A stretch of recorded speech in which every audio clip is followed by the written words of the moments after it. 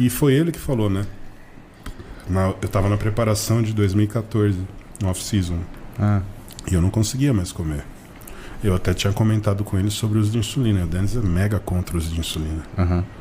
E aí ele falou pra mim, cara, se você não consegue comer, bate a comida e bebe. Eu falei, mas não vai perder valor biológico? Não, a única coisa que vai acontecer é que vai acelerar o processo digestivo.